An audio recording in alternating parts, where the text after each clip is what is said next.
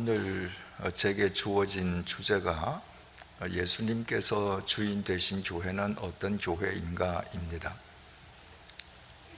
한국 교회 그리스도인들의 열심은 전 세계적으로 유래를 찾아보기 어렵습니다. 어느 나라를 가든지 한인 그리스도인들이 있으면 그 현지에서 새벽부터 교회를 찾고 기도합니다. 예배당을 건축하기 위해서 자기 집 문서를 내어놓는 교인도 전 세계에서 한국 그리스도인들밖에 없을 것입니다. 오늘 여러분들도 이 금요일 밤 늦은 시간에 주님에 대한 열심이 있기 때문에 이 예배당을 찾아 나오셔서 이 자리에 앉아 계실 것입니다. 이처럼 한국 그리스도인들의 열심은 세계 어느 그리스도인들과도 비교할 수 없을 정도인데, 안타깝게도 한국 교회는 한국 사회로부터 비판의 대상으로, 심지어는 조롱의 대상으로 전락해 있습니다. 이건 어제 오늘 일이 아닙니다. 한국 교회가 세상으로부터 비판의 대상으로 전락해 있다라고 말할 때 그 세상의 비판이 된 한국 교회에 안양제일교회는 예외입니까? 여러분들이 잘 아시는 것처럼 교회는 건물이나 제도가 아니지 않습니까? 주님을 주인으로 모시고 살아가는 사람들의 모임입니다. 따라서 한국 교회가 타락했다고 하는 것은 한국 교회를 이루고 있는 그리스도인들이 그들의 열심과는 역비례하게 타락해 있다는 얘기입니다.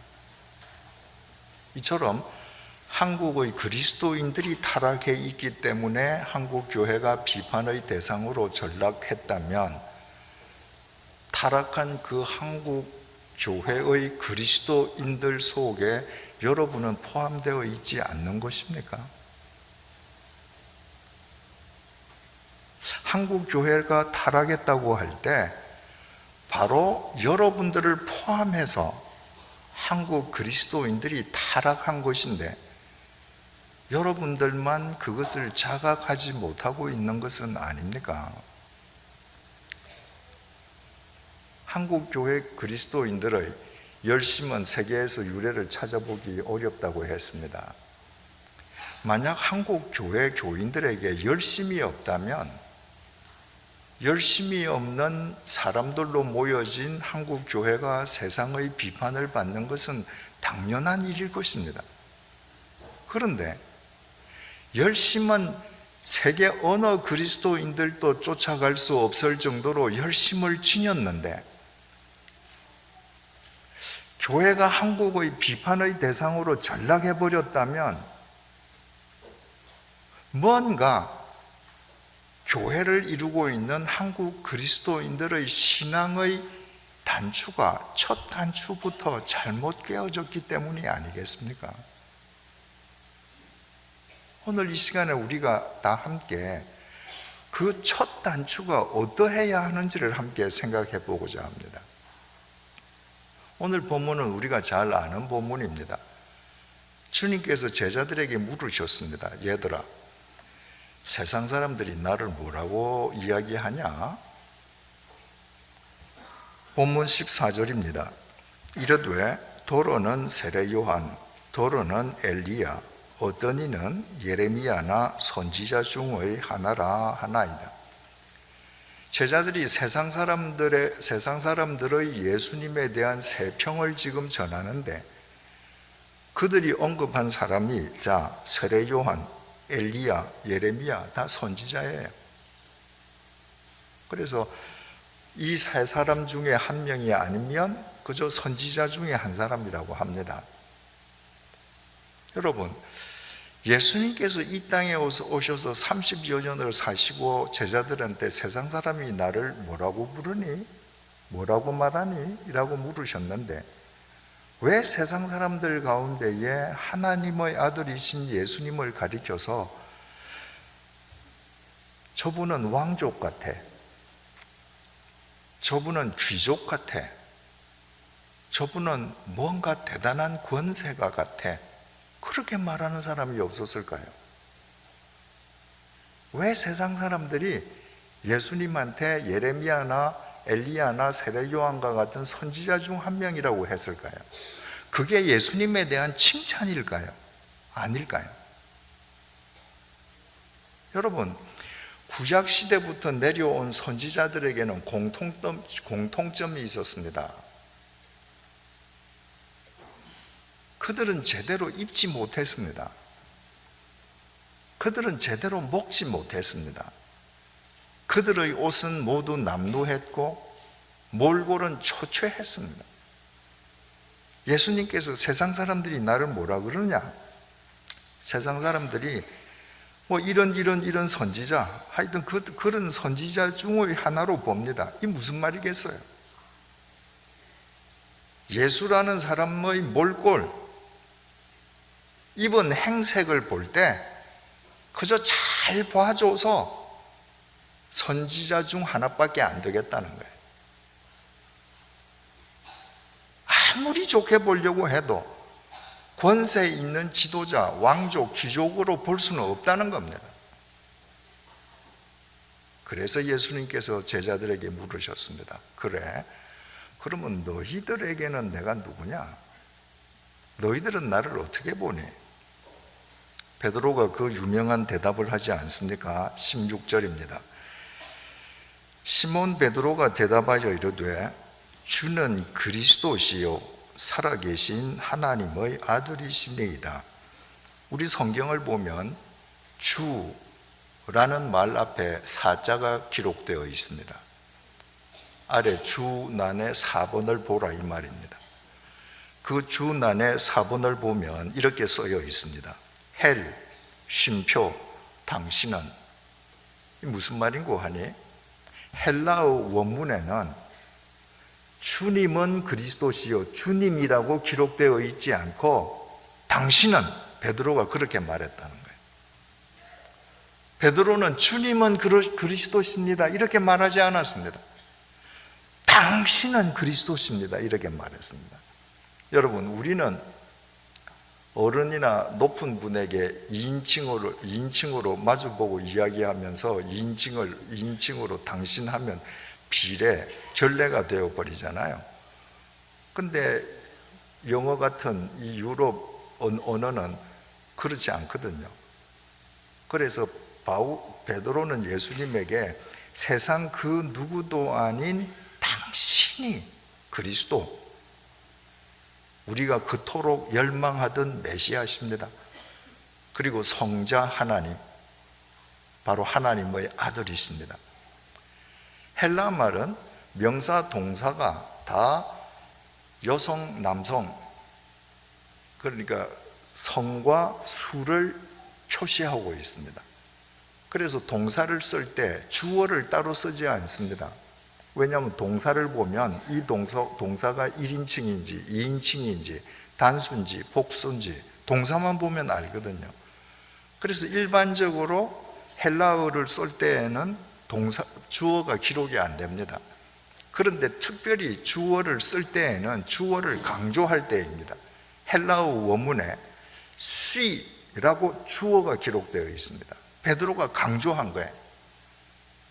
누구도 아니고 바로 당신이 메시아요, 당신이 하나님 아들이십니다.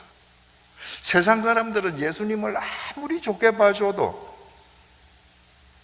그저 그 행색, 그 몰골이라면 그저 선지자 중 하나 이상으로는 볼 수가 없다라고 하는데, 베드로는 그 초췌하고 보잘것없는 행색의 예수를 가리켜서 당신이 메시아요, 당신이 성자 하나님이시라고, 당신이 그렇다고 고백한 것입니다.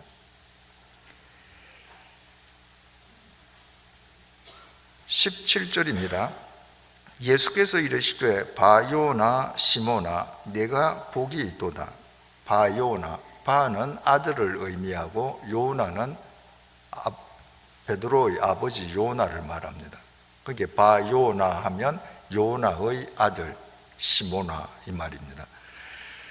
이를 네게 알게 한 이는 혈육이 아니요 하늘에 계신 내 아버지시니라.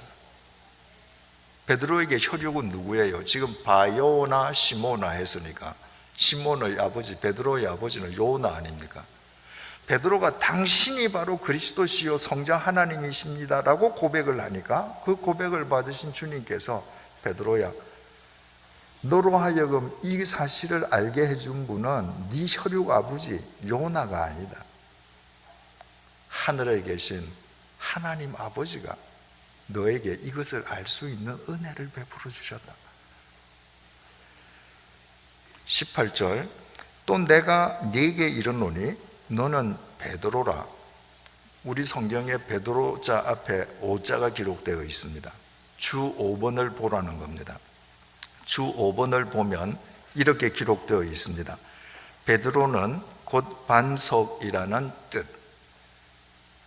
시몬은 베드로의 히브리식 이름이고 베드로는 시몬의 헬라식 이름인데 이 베드로는 페트로스인데 본래 남성명사 반석이라는 말입니다. 그러니까 예수님께서 시몬아 너는 페트로스인데 이렇게 이야기한 건 그 개인의 이름이기도 하지만 너는 반석인데 이 말이기도 한 거예요.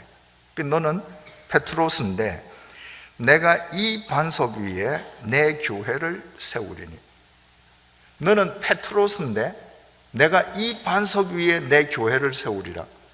만약에 예수님께서 베드로라는 한 개인을 교회의 초석으로 삼으신다면 너는 페트로스, 너는 반석이라 내가 이 페트로스, 이 반석 위에 내 교회를 세우리라 이렇게 말씀하셔야 되는데 예수님께서 뭐라고 말씀하시냐면 너는 페트로스라, 너는 반석이라 내가 이 페트라 반석. 페트로스하고 페트라는 똑같이 반석인데 페트로스는 남성형 명사고 페트라는 여성형 명사입니다. 그러니까 가톨릭이 주장하듯이 베드로 한 개인을 교회의 초석으로 삼으신 것이 아니고 반석이라는 이름을 가진 베드로가 고백한 반석과도 같은 그의 고백 페트라, 그 고백 위에 내 교회를 세우겠다는 겁니다. 내 교회를 세우리니 음부의 권세가 이기지 못하리라. 음부는 헬라어 성경에 하데스라고 기록이 되어 있는데 지하 세계, 죽은 사람이 가는 곳. 권세 앞에 육자가 기록이 되어 있습니다. 그 육자의 주난 6번을 보면 또 이렇게 기록이 되어 있습니다. 헬, 쉼표, 데모니. 그게 헬라 말로는 우리말로 권세라고 번역된 말이 필레라고 기록이 되어 있는데 이 필레라는 것은 데몬이라는 거예요. 그러니까 음부의 데몬. 음부가 죽은 사람이 있는 곳이다. 그러면 음부의 데몬을 그것을 알기 쉽도록 의역을 하면 어떤 말이겠습니까? 너의 그 반석과도 같은 고백 위에 My church, 내 교회를 세우리니 죽음의 입이 결코 삼키지 못하리라. 여러분, 예수님께서는 우리의 죄값을 대신 치러주시기 위해서 십자가의 제물로 돌아가셨다가 죽음 한가운데에서 죽음을 깨트리고 3일째 되는 날 다시 영원히 살아나시지 않았습니까? 그분을 주인으로 모신 교회인데 어떻게 죽음의 입이 그 교회를 삼키겠습니까? 그래서 예수님께서 죽음의 데몬이 절대로 삼키지 못한다 이렇게 말씀하셨습니다. 오늘날 모든 교회는 바로 이 베드로 반석과도 같은 이 고백 위에 세워졌습니다. 전 세계에서 모든 그리스도인들은 바로 나사렛 예수, 그분이 우리를 구원하시는 그리스도 구원자이시고 이 땅에 강림하신 성자 하나님이시라고 고백합니다. 안양제일교회 역시 마찬가지입니다. 한국에 있는 모든 교회 예외가 없습니다. 그런데 모두 베드로처럼 주님이 그리스도시고 성자 하나님이십니다라고 고백하는 사람들이 모여서 한국 교회를 이루었는데 그 한국 교회가 세상으로부터 비판의 대상으로 전락해 버렸더라 하고 있다면 한국 그리스도인들이 이 고백 속에 담겨 있는 중요한 핵심을 놓쳤기 때문이 아니냐는 것입니다. 그 핵심이 도대체 뭐냐는 거예요. 13절을 보시겠습니다. 예수께서 빌립보 가이사랴 지방에 이르러 제자들에게 물어 이르시되 사람들이 인자를 누구라 하느냐. 예수님께서 제자들에게 세상 사람들이 나를 누구라고 하냐? 그러면 너희들은 나를 누구라고 생각하니? 라는 질문을 예루살렘에서 하시지 않았습니다. 그 질문을 베세다 벌판에서 하시지 않았습니다. 저 외딴 심산 계곡에서 하신 것이 아닙니다. 주님께서 제자들과 3년 동안을 동행하시면서 당신의 공생의 마지막 시기에 빌립보 가이사랴라는 곳에서 이 질문을 하신 것입니다. 여기에 13절에 보면 빌립보 가이사랴 지방이라고 되어 있습니다. 이 지방이라는 것이 헬라어로 메로스라고 기록되어 있습니다. 이 메로스라고 하는 것은 본래 뜻이 구역입니다. 그러니까 빌립보 가이사랴라는 로마 제국의 행정구역에서 주님께서 이렇게 물으셨다는 거예요.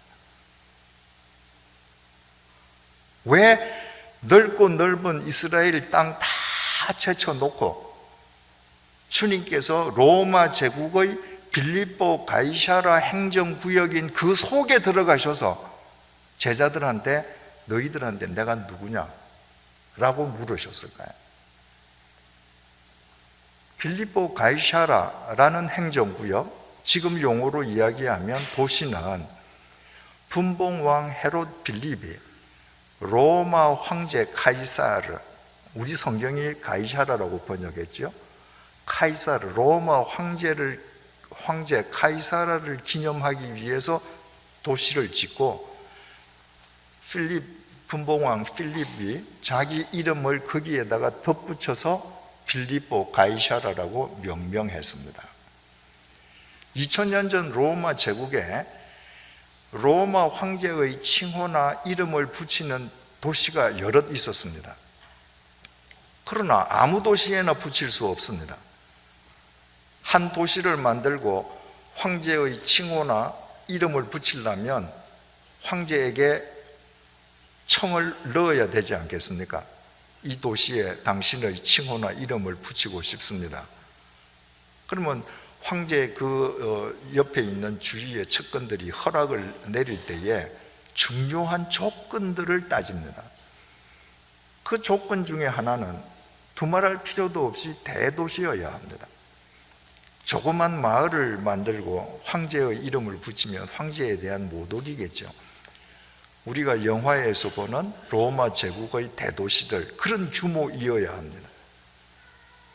거기에 또 하나의 조건이 충족이 되어야 하는데, 그 대도시의 가장 높은 언덕이나 그 대도시의 제일 중심지에 황제의 신전을 만들어야 합니다. 2000년 전 로마 황제는 인간이 아니었습니다. 인간의 경배를 받는 신이었습니다. 황제 자신이 자기가 신이라고 생각을 했습니다. 예수님께서 제자들을 데리시고 3년을 이스라엘 천지를 다니시다가 황제의 신전이 인간을 압도하는 황제의 도시에 들어가셨을 때 제자들에게 물으셨습니다. 너희들한테 내가 누구냐? 황제의 신전이 인간을 압도하는 그 도심지 속에서 베드로가 고백했습니다. 당신이 그리스도요, 당신이 하나님이십니다. 무슨 말입니까? 여러분 머릿속에 이 그림이 좀 그려지십니까? 베드로는 이런 의미로 말한 것입니다. 저 황제의 신전에서 인간의 경배를 받는 로마 황제가 하나님이 아닙니다. 당신이 하나님이십니다. 삼권을 장악하고 있는 로마 황제가 우리를 죄에서 구원해 줄 구원자가 아닙니다. 비록 남루한 옷을 입었을 망정 나사렛 예수 당신이 우리를 위한 그리스도입니다.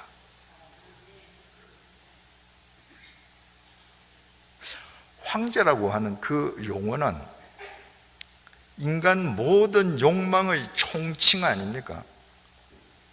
옛날에 황제는 자기 욕망대로 사는 사람입니다.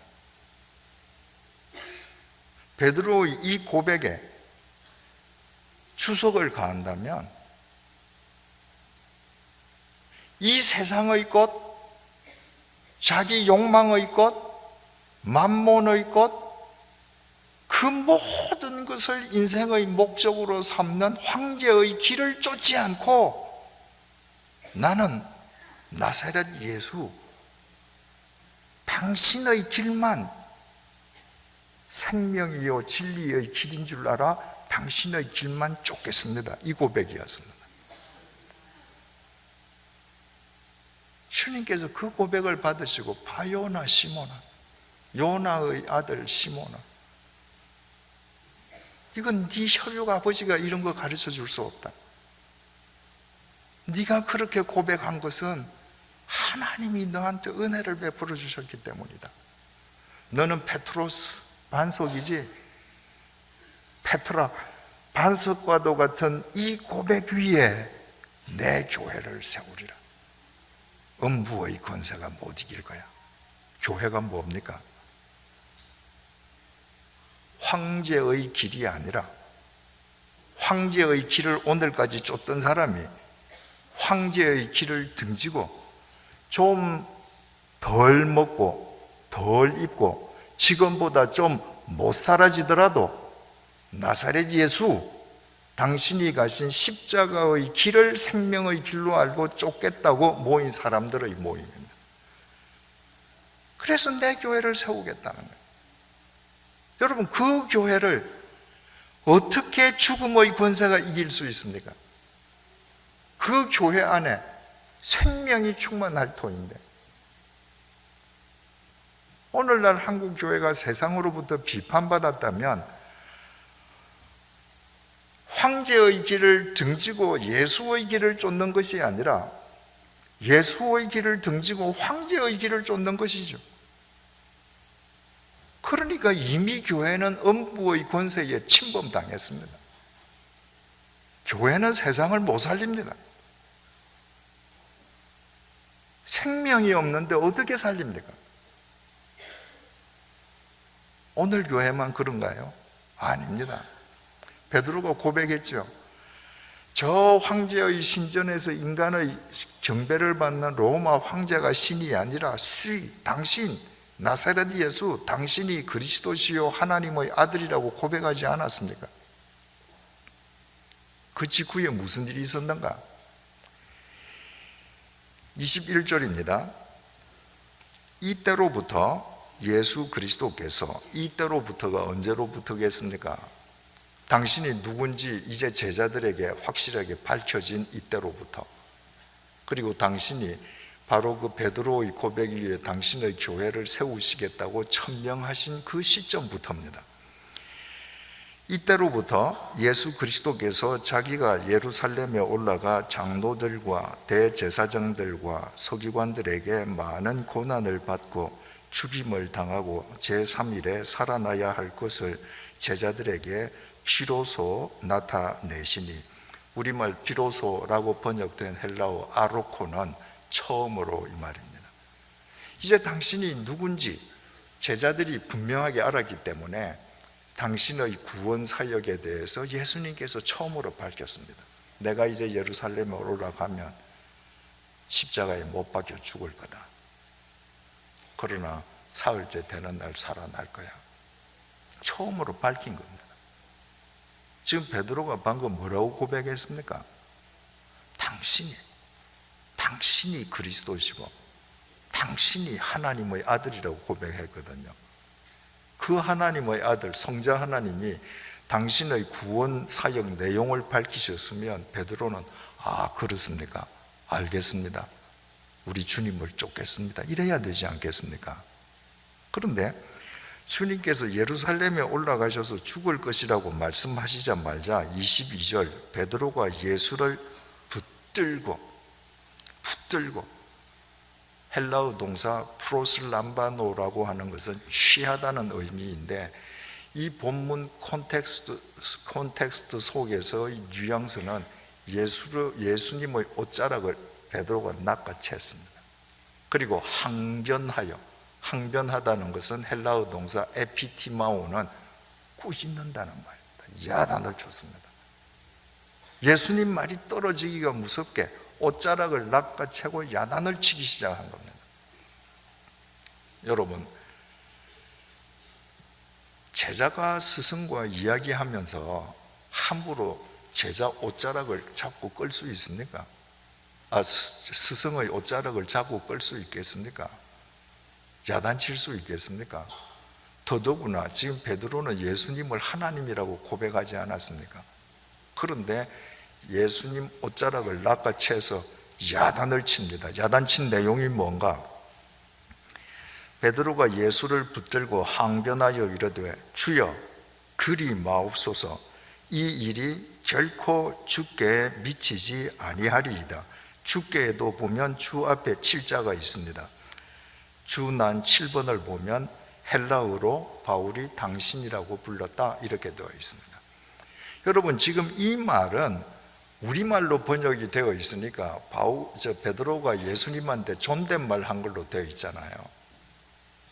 헬라 말에는 존댓말 아니면 반말이 없지 않습니까? 그러면 우리말로 제대로 번역을 하려면 반말로 해야죠. 베드로는 반말한 거예요. 존댓말이 없으니까. 예수님의 옷자락을 낚아채고 이렇게 야단을 쳤습니다. 말도 안 되는 소리 하지 마. 어떻게 그런 일이 너한테 있을 수 있어? 왜 베드로가 이랬을까요? 입으로는 당신이 그리스도시요 하나님의 아들이라고 고백하는 하나님의 은혜는 입었는데 마음은 여전히 황제의 논리로 차 있습니다. 황제의 논리의 입장에서 볼 때 하나님이 인간에게 고난을 받고 못 박혀 죽어? 말도 안 돼. 너한테 이런 일 안 일어나. 그런 소리 하지 마. 그리고 옷을 잡고 흔들면서 꾸짖은 것입니다. 23절입니다. 예수께서 돌이키시며 베드로에게 이르시되 사탄아 내 뒤로 물러가라. 황제의 논리로 예수님을 꾸짖어서 예수님의 십자가 사건은 절대로 일어날 수 없다고 야단치는 베드로를 향해서 예수님께서 사탄아 물러가라 그러셨습니다. 여러분, 교회는 항상 주님의 제자와 사탄의 경계선에 있을 수 있습니다. 내가 입으로 주님을 주인이라고 고백할 때는 교회의 일원인 것 같은데 그 고백한 그 입 몸을 가지고 황제의 논리를 쫓아갈 때에는 주님께서 우리를 사탄이라고 질타하시는 것입니다. 너는 나를 넘어지게 하는 자로다. 넘어지게 하는 자, 넘어지게 하는 사람, 길게 번역이 되어 있죠. 헬라어 단어는 하나입니다. 스칸달론. 우리말로 번역하면 올감이라는 겁니다. 너는 올감이다. 무슨 올감이? 너는 사탄의 올감이다. 네가 지금 멀쩡하게 남을 위하는 것처럼 이야기하지만 너는 사람을 사탄의 덫에 빠지게 하는 너는 올감이다. 내가 하나님의 일을 생각하지 아니하고 도리어 사람의 일을 생각하는도다 하시고, 생각한다, 머릿속으로 심사숙고한다, 이게 아니고요. 프로노네오라고 하는 것은 마음에 둔다는 거예요.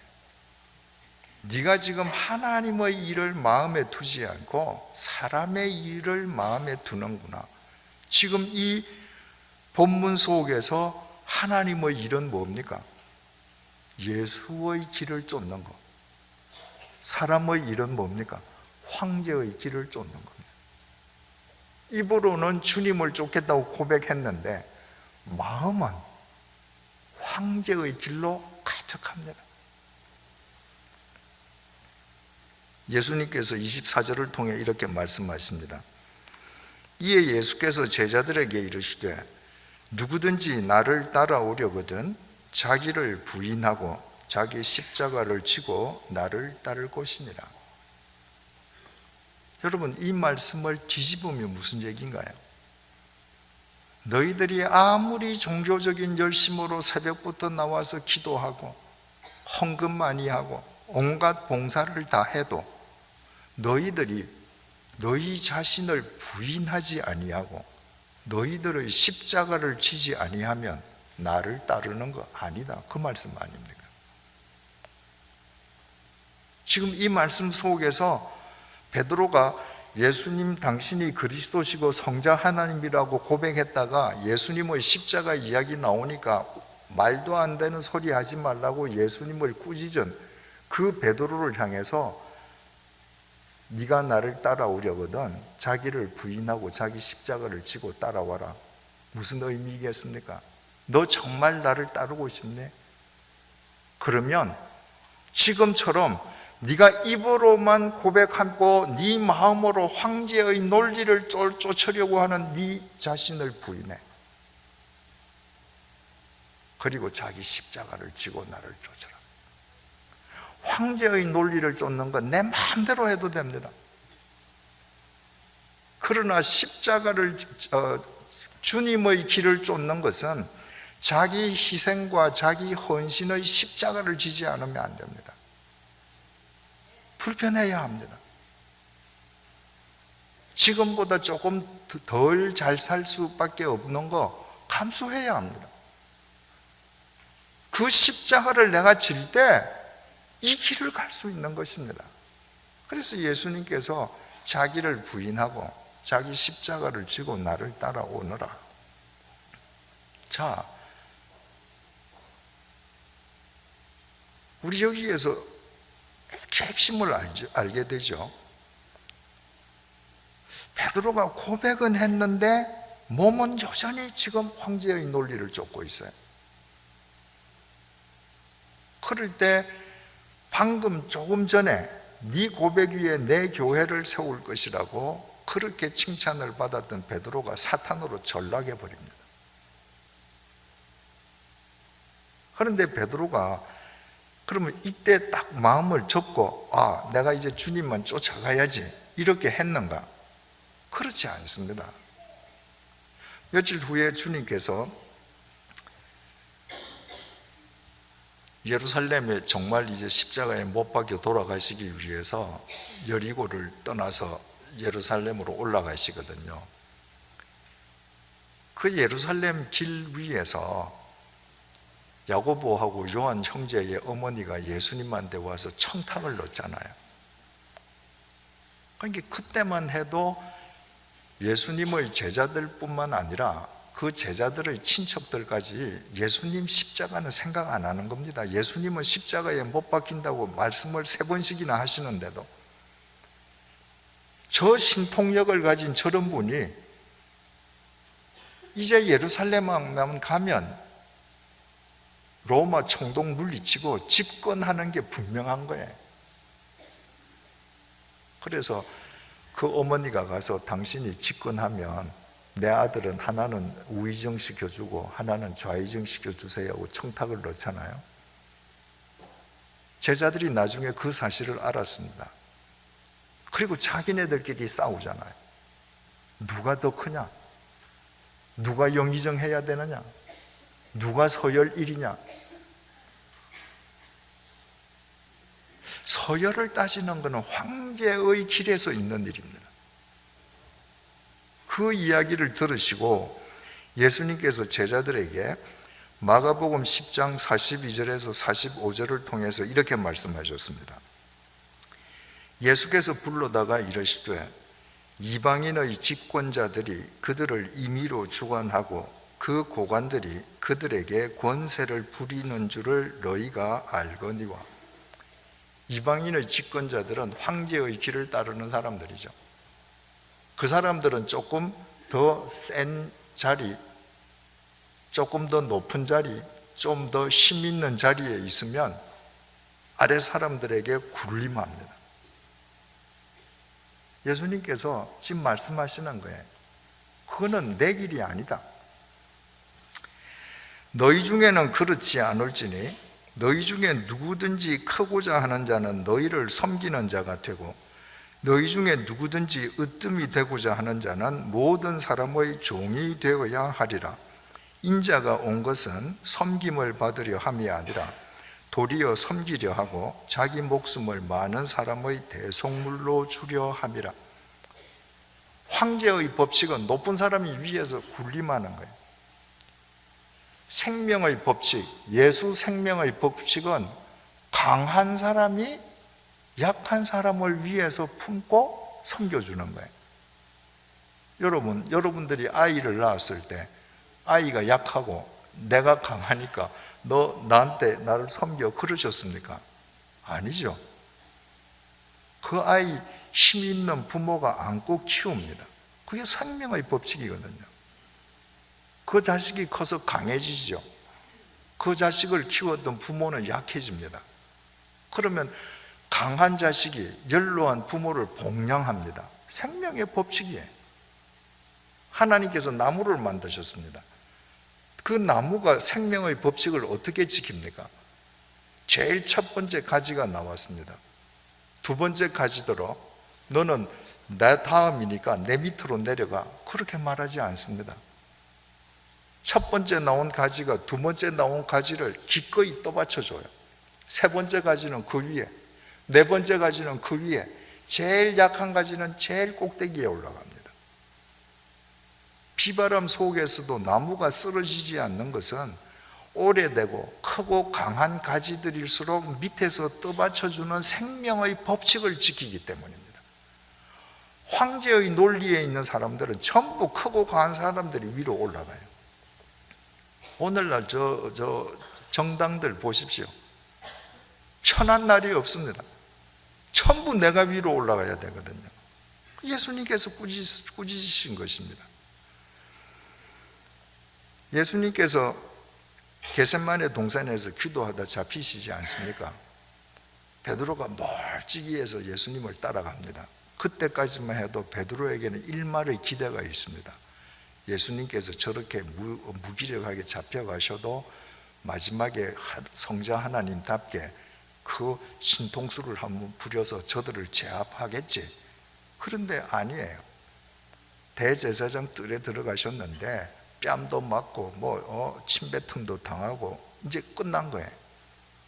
그런데 여종 하나가 너도 저 예수하고 같은 패거리지, 어떻게 합니까? 처음에는 부인했다가 두 번째는 맹세하고 부인했다가 세 번째는 저주까지 하면서 맹세하고 부인합니다. 왜 그래요? 황제의 논리로 볼 때 예수 이제 끝난 거예요. 저렇게 힘없고 저렇게 무기력해가지고 무슨 구원자, 하나님의 아들, 아무것도 할 수 없는 거예요. 그래서 부인하는 거예요. 예수님께서 십자가에 못 박혀 돌아가시는 그 결정적인 순간에 제자들 다 도망갔습니다. 왜? 황제의 법칙을 따르는 거죠. 이제는 예수는 끝난 겁니다. 사복음서의 마지막 복음서가 요한복음 아닙니까? 요한복음의 마지막 장이 요한복음 21장입니다. 그러니까 요한복음 21장은 요한복음의 결론장이기도 하지만 사복음서의 결론장이기도 하죠. 그 마지막 요한복음 21장 마지막 단락 이야기가 이렇습니다. 예수님께서 요한복음 21장 18절을 통해 베드로에게 이렇게 말씀하십니다.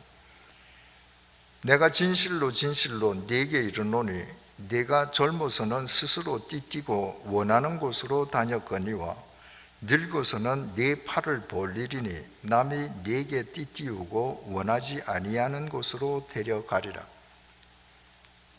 주님께서 베드로에게 베드로야, 젊어서는 네가 스스로 띠띠고 네가 원하는 곳으로 동서남북 마구 다녔지.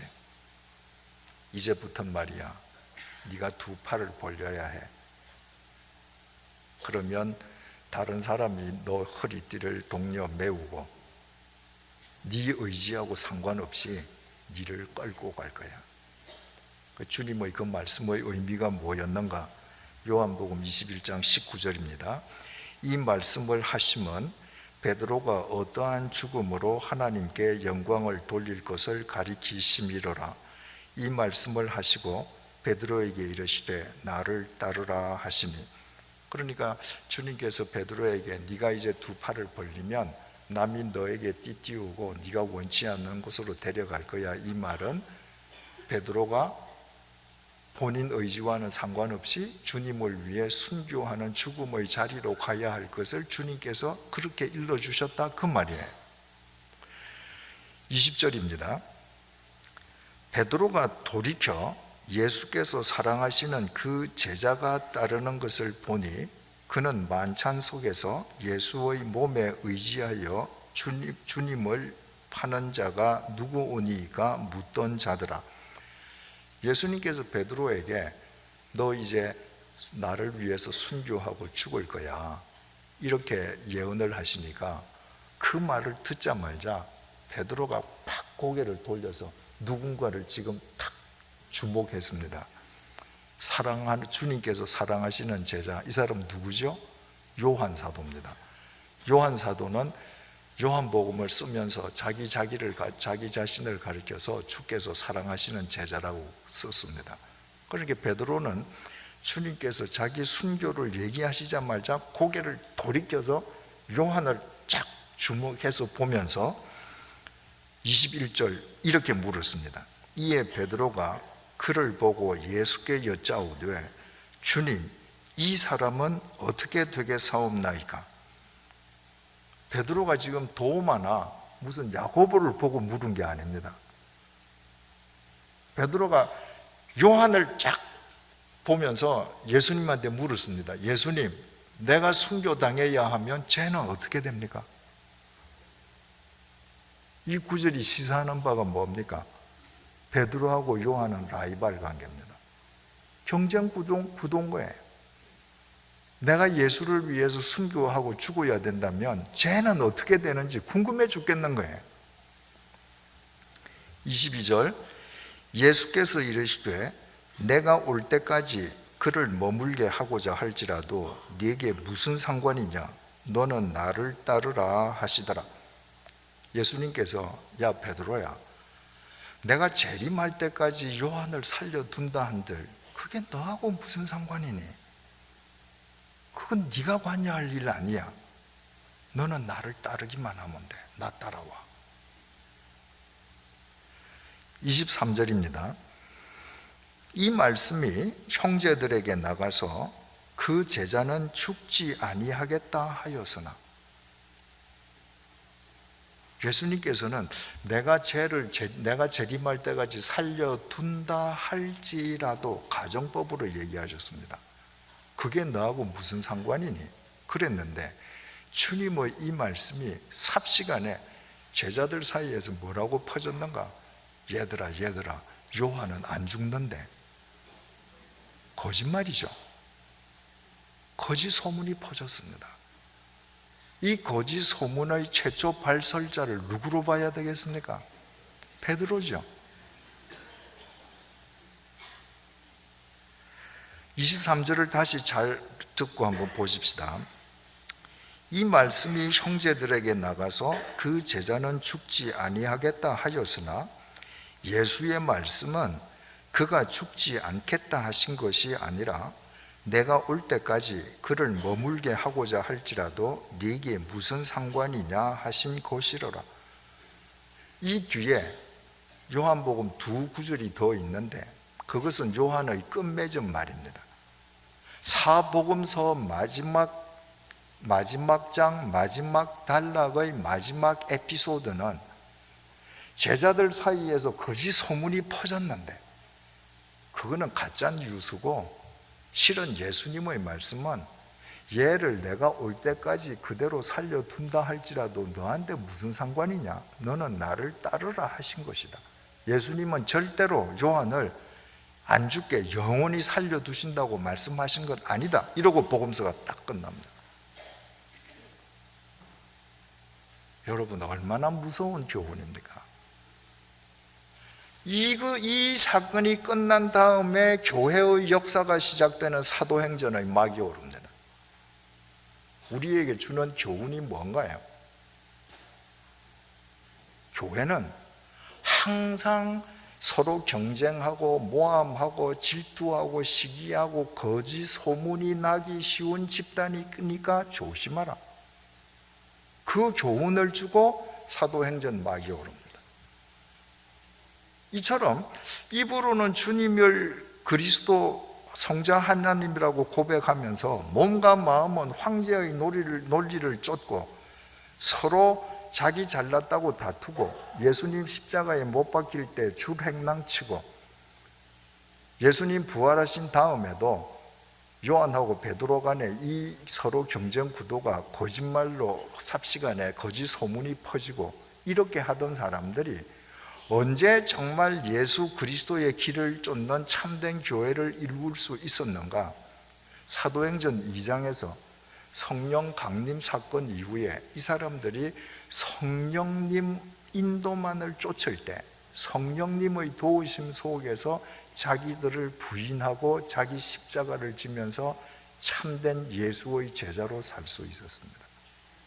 그런데 이분들이 가서 사방으로 흩어지면서 교회를 세우는데, 이분들이 교회를 세울 때에 복음을 전해받고 세례받은 그리스도인들이 다 주는 그리스도시요 살아계신 하나님의 아들이라고 고백하는 은혜를 입고 교회를 세우지 않습니까?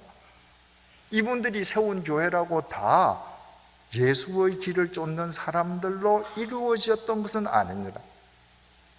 고린도 교회를 보십시오. 바울이 고린도에 쓴 편지가 뭡니까? 고린도에서 일어난 모든 문제에 대한 지적과 해답을 주는 편지 아닙니까? 그 고린도 교회에 무슨 문제가 있었습니까? 음행, 불륜이죠. 파벌 다툼, 베드로파, 바울파, 아볼로파, 파벌 다툼. 거기에 서로 주님께서 그저 선물로 주신 은사를 놓고 내가 영적으로 더 크다, 네가 크다, 서로 자기 과시를 하면서 싸웠습니다.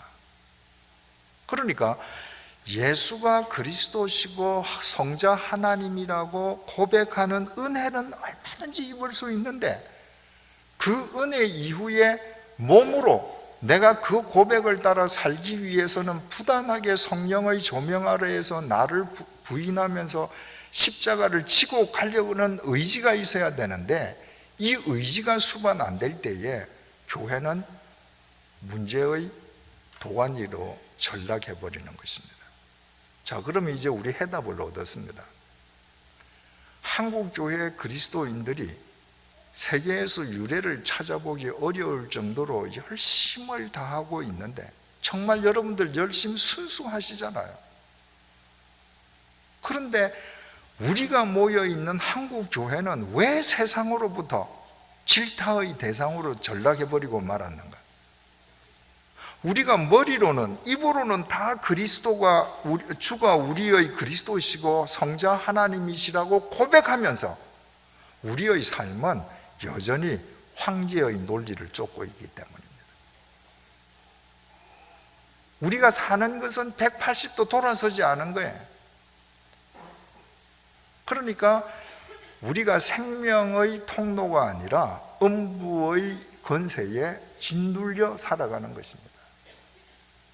여러분, 우리 개개인의 교회 밖에서의 삶이 황제의 논리를 따르는 것은 두말할 것도 없고, 우리가 주는 그리스도시요 살아계신 하나님의 아들이라고 고백하면서 우리가 모여있는 우리 교회가 은연중에 예수의 길이 아니라 얼마나 오랫도록 황제의 길을 쫓아왔는지 몇 가지 한번 생각을 해보십시다. 개신교회 안에서 모든 직분은 계급이 되어 있습니다. 여러분, 개신교가 왜 생겼습니까? 우리가 왜 프로테스탄트라고 합니까? 우리가 무엇에 프로테스트 해야 합니까? 무엇에 저항해야 합니까? 교황을 필두로 해서 주교, 주임 신부로 이어지는 그 하이어라키, 그 계급 제도에 우리가 프로테스트 하지 않았습니까? 그래서 예수 안에서 모든 그리스도인은 다 만인 제사장이라고 우리 개신교회가 태동되지 않았습니까? 그런데 오늘날 개신교회에서 직분은 어떻습니까? 안양제일교회 장로님들은 장로 선거 있을 때 선거 운동 안 했습니까? 왜 했습니까? 어느 교회 가든지 자기를 소개할 때 저는 안수집사입니다 이럽니다. 그분에게는 소리집사보다 자기가 더 높다는 의식이 있습니다. 여러분, 소리집사보다 안수집사가 더 높습니까? 전 세계에 없는 권사라는 계급이 한국 교회에 있습니다. 여자에게도 계급이 필요하니까 권사직이 생긴 겁니다. 만인 제사장이라고 하면서 여러분, 오늘날 한국 교회에 계급화되어 있는 직분이 계급이 아니라고 여러분들 자신 있게 얘기할 수 있습니까?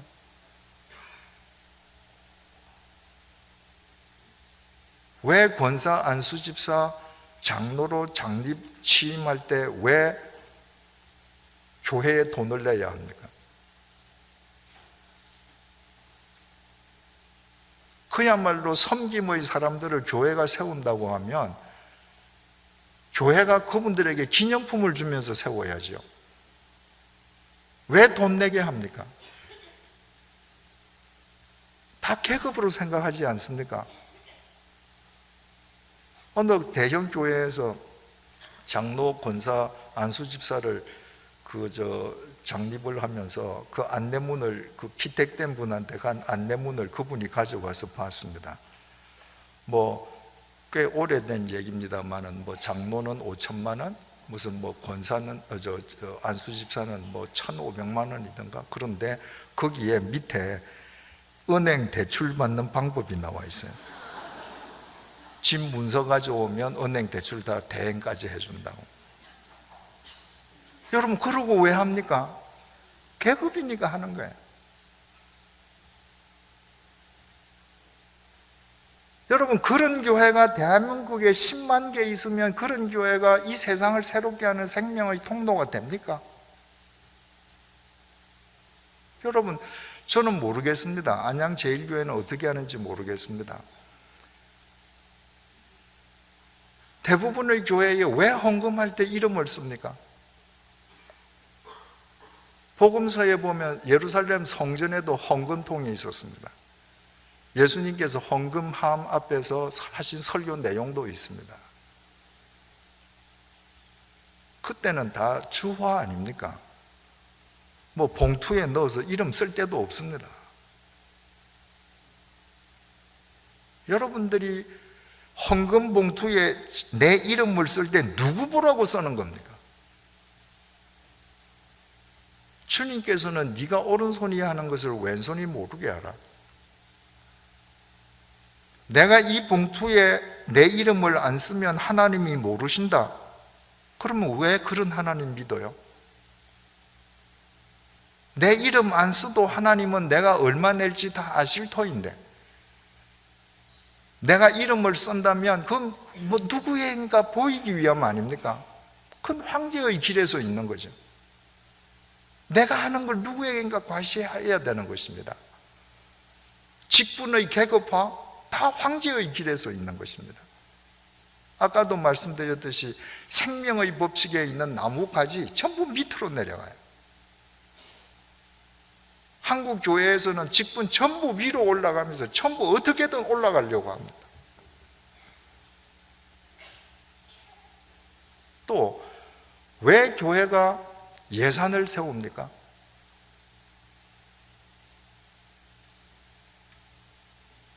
거의 모든 교회가 예산을 세웁니다. 안양제일교회도 작년 연말에 예산을 세웠는지 제가 모르겠습니다. 제가 한번 여쭤보겠습니다. 어떤 교회가 연말을 맞아서 내년도 예산을 세웁니다. 내년도에 헌금이 얼마 나올지 누가 압니까? 하나님만 아시는 거예요. 내년도에 이 교회 교인들이 더 많이 주님께서 숫자가 많아지게도 하실 수 있고 주님의 뜻에 의해서 숫자가 줄어들게도 할 수 있습니다. 헌금이 늘어날 수도 있고 줄어들 수도 있습니다. 그런데 예산을 세워보세요. 1월 달부터 예산에 따라서 집행하죠. 6월 7월 달 지나서 헌금이 예산보다 덜 나왔네. 어떻게 해야 합니까? 목사는 헌금 설교해야 하는 겁니다. 안 하는 것 같지만 조묘하게 해야 하는 겁니다. 그래야지 그 예산이 채워지는 겁니다. 여러분, 교회가 예산을 세우는 것은 황제의 길 위에서 이루어지는 경제 논리지 예수의 길 위에서는 예산이 있을 수 없습니다. 그 대신에 결산은 철저해야죠. 이건 하나님 앞에 바쳐진 헌금이니까 이런 단위까지 철저하게 밝혀야죠. 예산은 철저하게 세우는 교회들이 결산도 철저하게 하는 교회는 드뭅니다. 한 가지만 더 이야기해 볼까요? 그리스도인의 봉사는 결코 자기 가치 구현이나 자아 실현이 아닙니다. 제가 듣기로는 안양제일교회는 90년 역사를 지니고 있다고 합니다. 90년 정도의 역사를 지니고 있으면 분명히 한 부서에 수십 년째 봉사하시는 분들이 있으실 수 있습니다. 그 수십 년 봉사하신 분이 그 봉사 부서에 걸림돌이 되는 경우가 얼마나 많습니까?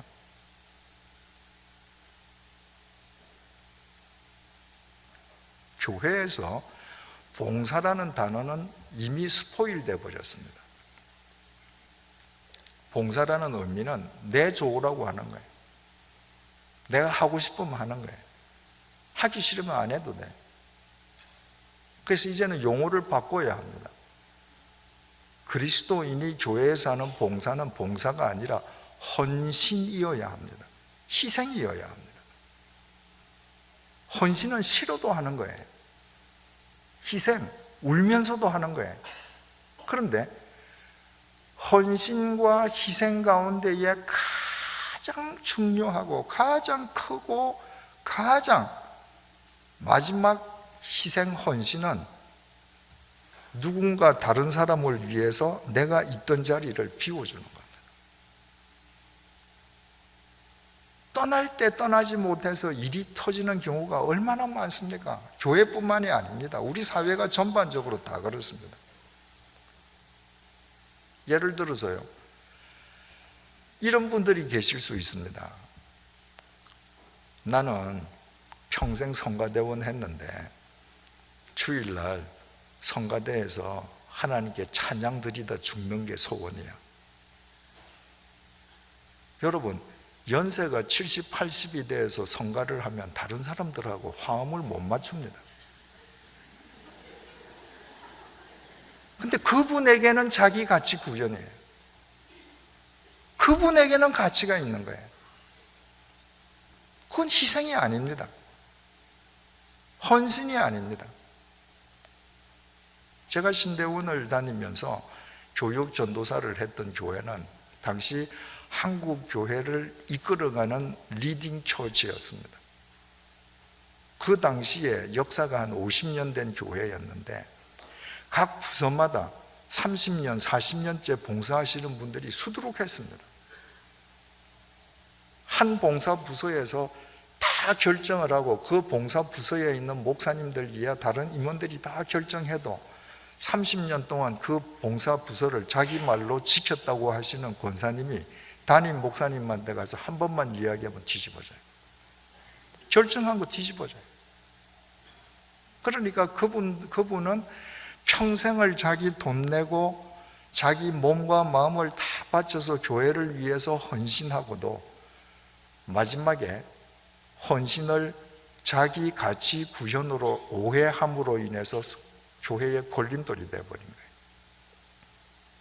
그래서 제가 목회하던 100주년 기념교회에는 정관의 규칙을 다 정했습니다.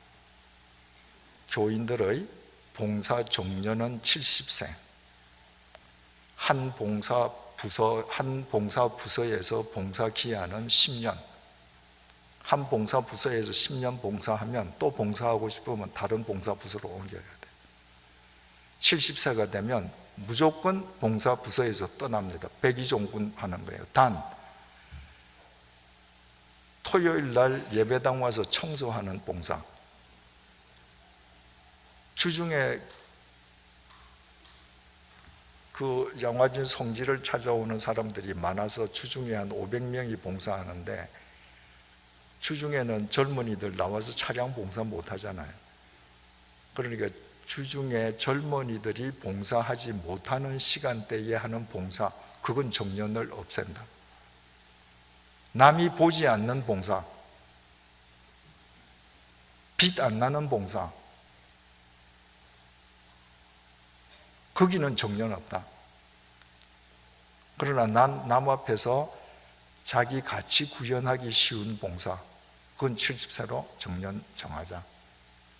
여러분, 제가 이상 몇 가지만 예를 들었습니다. 여러분들 올해 주어가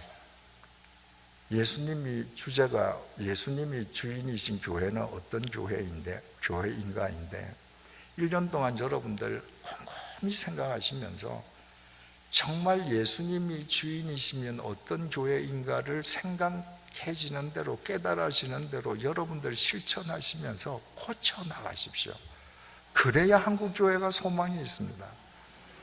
그러지 않고 100수십 년 동안 내려왔던 그 황제의 길 속에서 이루어졌던 그 과거의 관습을 그대로 황제의 길을 쫓는지도 모르고 쫓는다면 여러분의 열심과는 역비례해서 교회는 점점 세상으로부터 멀어지는 겁니다. 바울 사도가 로마서 12장 1절을 통해서 이렇게 12장 2절을 통해서 이렇게 권면하지 않습니까?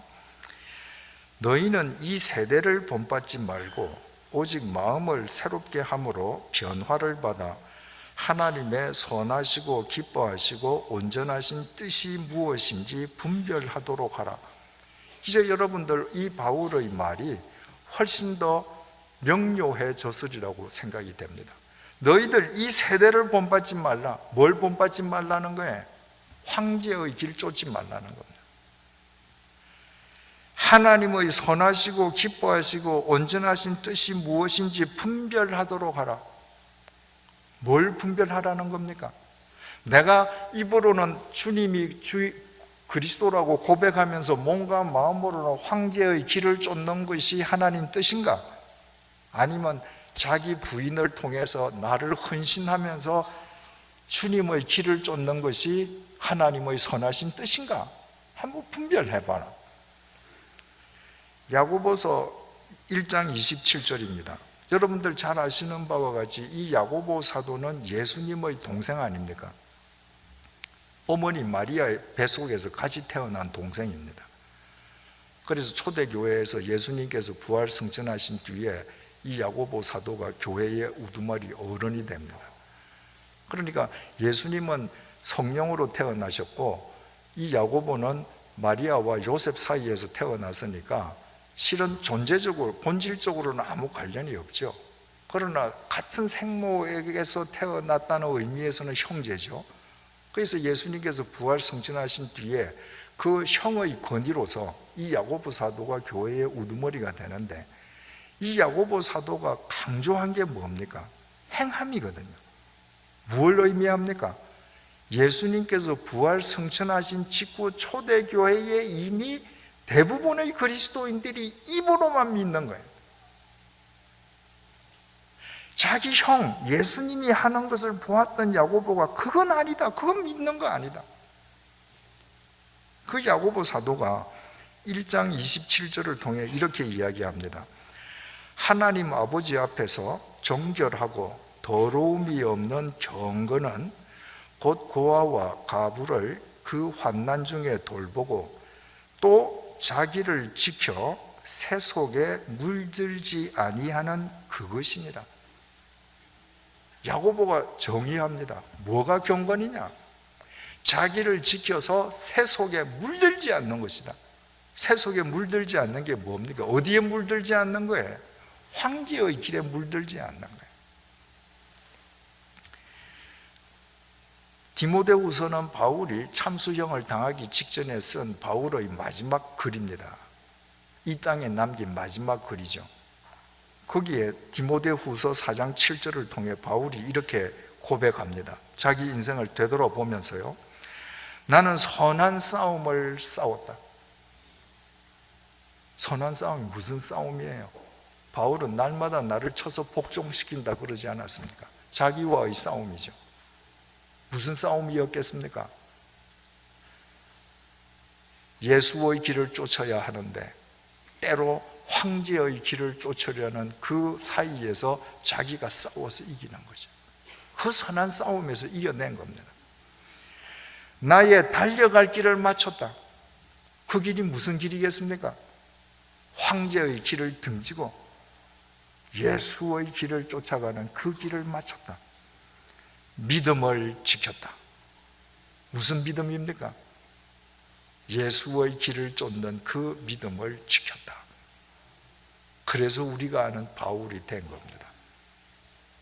사랑하는 교우 여러분, 새해를 맞아서 예수님이 주인 되시는 교회는 어떤 교회인지라는 주제를 놓고 고민하시는 여러분들, 주님께서 기뻐하실 줄로 믿습니다. 이제부터 한국 교회가 잘못 깨었던 첫 번째 단추, 주는 그리스도시요 살아계신 하나님의 아들이시라는 그 고백 속에 우리가 그동안 결여하고 있었던 그 고백의 핵, 그것을 우리가 우리의 삶으로 지켜내십시다. 그때 이 안양 제일교회를 통해 이 시대를 새롭게 하시는 주님의 역사는 반드시 일어날 것입니다. 기도하겠습니다.